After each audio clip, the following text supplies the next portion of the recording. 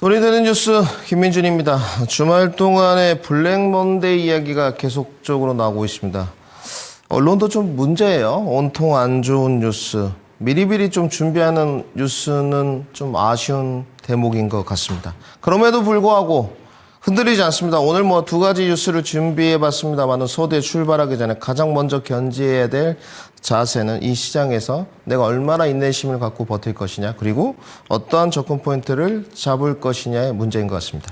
제가 준비한 첫 번째 뉴스는 역시나 반도체인 것 같습니다. 미국 시장에서도 반도체가 급락으로 갔기 때문에 과연 AI 반도체의 조정인가라는 거시관점의 질문지를 좀 던져봐야 될 것 같습니다. 결론부터 말씀드리면 그렇지 않다. 센티멘탈의 문제이다. 저의 의견은 세 가지는 이렇습니다. 미국 시장도 조정이 좀 크게 나왔어요. 가파른 속도, 너무나 빨리 가는 포모, 과열보다 속도적인 측면이 더욱 문제였고 그 다음에 과열의 문제, 그 다음에 펀더멘탈의 문제였는데 이 과열 구간으로 가다 보니까 역시나 강한 차익 실현이 나오고 있습니다. 그럼에도 불구하고 저는 반도체의 직접적인 문제라기보다는 센티멘탈 문제가 좀 큰 것 같아요. 공포의 공포. 사실상 지난주 한 주 흐름만 보게 되면 6거래일 만에 반등이 하루 나왔고 반등이 무색하게 연속성은 없었고 주말 동안에 계속 모든 언론들이 블랙먼데이, 하필이면 또 이럴 때 매크로가 좋게 나와버렸습니다. 좋게 나오면 문제가 생길 것이다. 시장은 또 금리 인하 이야기가 물 건너갈 것이기 때문에 반도체도 자유로울 수는 없었습니다만은 그럼에도 불구하고 다른 섹터 대비 역시나 펀더멘탈 문제는 없다. 정리를 좀 해드려야 될 것 같고요. 이제 반도체만 붙었다고 모두 동반 상승으로 가는 기대감은 종료되었다고 봐야 될 것 같습니다. 여기서부터 저는 조심하고 싶은 게 우리가 과대 낙폭으로 많이 내려왔어요. 조금 더 긍정의 이야기보다는 기회의 이야기를 좀 해보고 싶은데 먼저 있는 현금을 소비해서 모든 주식을 매수한 회원이라면 시청자분들이라면 강하게 여러분들 인내심 좀 가져야 됩니다만은 이제 모멘텀으로만 올라간 종목들은 과연 반등도 예전처럼 가파를 것인가, 이 부분에 관해서는 옥석 가리기의 출발 시점이라고 저는 판단하고 있습니다. 이제 2분기, 3분기, 4분기 계속적으로 실적이나 이익 추정치가 올라가지 않는 기업들은 하방 경직성, 과대 낙폭 뒤에 우리가 늘 경험했던 자리입니다. 2, 3일 뒤에 강한 반등세가 나오는데 오늘 나올지 내일 나올지 모르겠습니다만 그 반등세 또한 어렵지 않겠느냐. 반도체의 조정이 펀더멘탈 문제는 아니라고 했습니다. 물론 금리 인상 이야기가 나오고 있습니다만은 역시나 이제 매크로 변수로 인한 수급 계리인 것 같습니다. 주말 동안에 고용 지표가 너무 뜨겁지도 않고 차갑지도 않게 나와야 되는데 너무 뜨겁게 나오다 보니까 다시 금리 인상 이야기가 나왔거든요. 수급 계리는 당분간 좀 지속될 것 같습니다. 매크로 이야기를 안 하고 싶은데 원달러 환율도 사실상 좀 문제가 있어요. 이제는 뭔가 좀 관리가 필요한 영역이다 정리를 해드리고. 자, 그러면 AI 반도체는 끝이 아닌 조정 국면이기 때문에 역시나 하락 국면에서 매수 기회를 좀 타진해야 될 것 같고 그 매수의 시점이 문제인 것 같고 인내심과 투자 기간이 문제인 것 같습니다. 업종 두 가지의 대표 종목만 좀 봐보겠습니다. 첫 번째 삼성전자입니다. 역시나 그 35만 원 플러스 마이너스를 이야기해드렸는데 37만 7천 원. 제가 원하는 숫자보다는 조금 단기적으로 더 간 것 같습니다. 사실 많이 올랐으니까 조정도 좀 나와야죠. 근데 이 조정이 조금 아픕니다. 오늘 NXT에서 드디어 30만 원이 깨진데 약간의 조정폭이 조금 더 남아있다는 저의 주관적인 분석입니다. 여전히 하루 이틀 정도는 조금 더 하방 경직성을 확인해보고 들어가자. 가격 라인 정도로는 27만 원 정도가 되지 않을까. 그래도 이번에는 내릴 때 바로 말고 내리고 나서 다진 후에 확인해보고 들어가는 전략. 두 번째입니다. SK하이닉스입니다. SK하이닉스 주주분들도 결국 싸게 사신 분들은 문제가 없는데 이 구간에서 따라가신 분들이 문제거든요. 약 한 180만 원 후반대부터 240만 원까지. 250만 원 단기 목표가를 들었는데 247만 원까지 갔어요. 지금 현재 188만 원입니다. 우선은 지난번에 가격 조정을 받았던 라인 180만 원에서 약 175만 원대 하방 경직성이 만들어질 수 있느냐, 아니면 150만 원까지 한 번 더 공포를 좀 보여줄 것이냐. 역시나 마찬가지로 SK하이닉스도 단기 조정이 조금 남아있다 정리를 해드리겠습니다. 자, 제가 준비한 뉴스 두 번째입니다. 주말 내내 이분의 행보를 상당히 저도 지켜봤습니다. 젠슨항의 한국 행보입니다. 우리가 뭐 젠슨항 이분이 약간 스타성이 있고 주식의 마법봉이라는 것은 다 알고 있습니다. 주가도 선반영되었고요.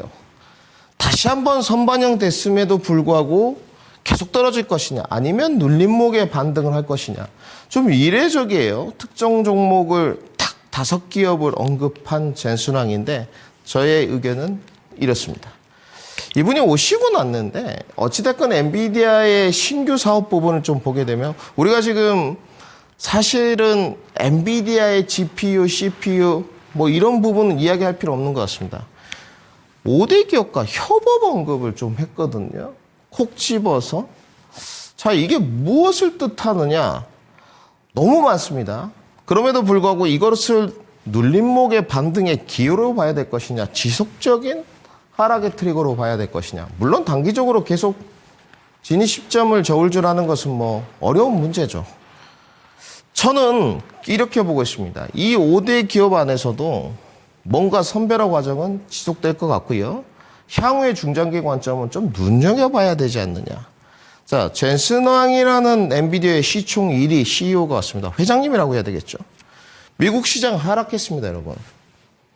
국내 시장도 요 며칠 계속 분위기가 안 좋았습니다. 미국 시장이 안 좋고 국내 시장이 안 좋은 것을 커플링 관계라고 합니다. 과연 젠슨항의 힘이 디커플링을 국내 주식 오늘 만들 수 있느냐? 핵심 변수가 될 것 같습니다. 정말로 그렇다면 매크로를 이겨내는 최초의 어떻게 보면 기업 인물이 되지 않겠느냐 판단을 하고 있는데 저는 주관적으로 좀 어렵다라고 보고 있습니다만은 어찌됐건 저점 매수의 기회는 줄 것 같습니다. 세 번째입니다. 젠슨항이 계속 이야기한 내용을 보게 되면 베라루빈, 뭐 반도체고요. 향후에 지금 접목 요소를 가져야 될 부분은 피지컬 AI, 뭐 서버렌 AI 등등인 것 같습니다. 결국은 이종산업과의 계속 접목 요소를 넓혀가고 엔비디아 자체의 플랫폼을 확장해 보겠다. 그게 속내인 것 같은데 최근에 가장 많이 간 섹터, 그나마 괜찮았던 섹터 두 가지입니다. 단기적으로는 오늘도 괴롭습니다. NXT에서. 안 괴로울 수는 없죠. 미리 잡은 사람도 있고 이제 들어가려고 준비하는 사람도 있습니다. 하지만 변하지 않는 사실이 있는 것 같습니다. 산업이라든지 여러 가지 이야기를 모두 취합해 본 결과 중장기 관점 조정 시에는 지속적인 매수 관점인 것 같습니다. 이 매수를 5대 기업으로 할 것이냐 조금은 중소형 종목의 스몰캡 종목을 할 것이냐만 다른 관점인 것 같습니다. 우리 시청자분들의 각자 판단 영역일 것 같지만 대표 종목 세 가지만 좀 봐보겠습니다. 첫 번째입니다. 현대차입니다. 75만 원대 지난번에도 신고가 갱신 한번 해서 기회가 있고요. 뭐 여기가 1차 매도를 했다면 이번에는 뭐 보유를 하셨는지 2차 매도를 하셨는지는 모르겠습니다만은 조정이 그렇게 불편한 국면은 아닌 것 같습니다. 조금 슬로우하게 올라갔고 그나마 슬로우하게 내려오고 있는데 지난번에 저점입니다. 한 7만 원, 8만 원의 하방 경직성이 좀 만들어질지 아니면 오늘 과대 낙폭에 따른 반등이 나올지 콕 집어서 보스턴 다이나믹스 쓴 것 같습니다. 여전히 현대차와의 접점, 뭐 깐부치킨 회동 이후에도 마찬가지입니다만은 저는 유의하게 보고 있습니다.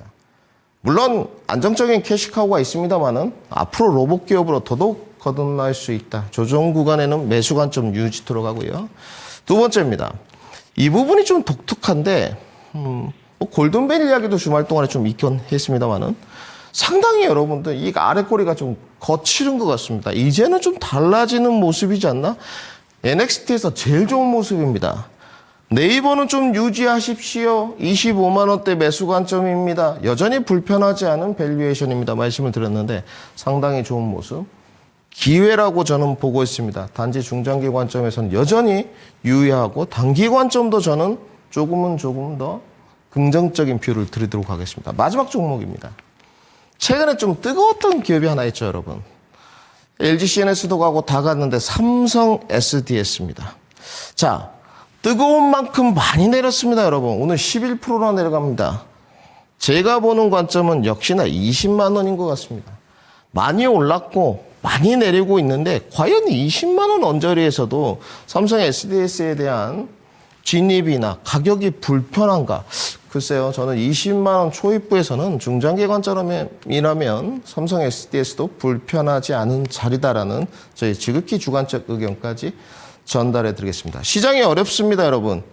이 시장의 하락이 하루 갈지 이틀 갈지는 모르겠습니다만은 어려울수록 인내심을 가져야 될 것 같습니다. 채널 고정입니다.